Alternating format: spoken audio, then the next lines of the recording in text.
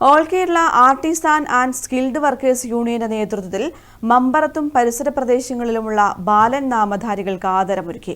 70 വയസ്സ് കഴിഞ്ഞ 70ഓളം ബാലന്മാരെയാണ് ആദരിച്ചത്. സംഗമത്തിനെത്തിയ ബാലന്മാർ അനുഭവവും പങ്കുവച്ചു. മമ്പറത്തും പരിസര പ്രദേശങ്ങളിലുമുള്ള ബാലൻ നാമധാരികളുടെ സംഗമമാണ് കൗതുകമുണർത്തിയത്. മമ്പറത്തായിരുന്നു all Kerala artisan and skilled workers യൂണിയന്റെ നേതൃത്വത്തിൽ സംഗമമൊരുക്കിയത്. സംഗമത്തിനെത്തിയ ബാലന്മാർ അനുഭവം പങ്കുവച്ചു.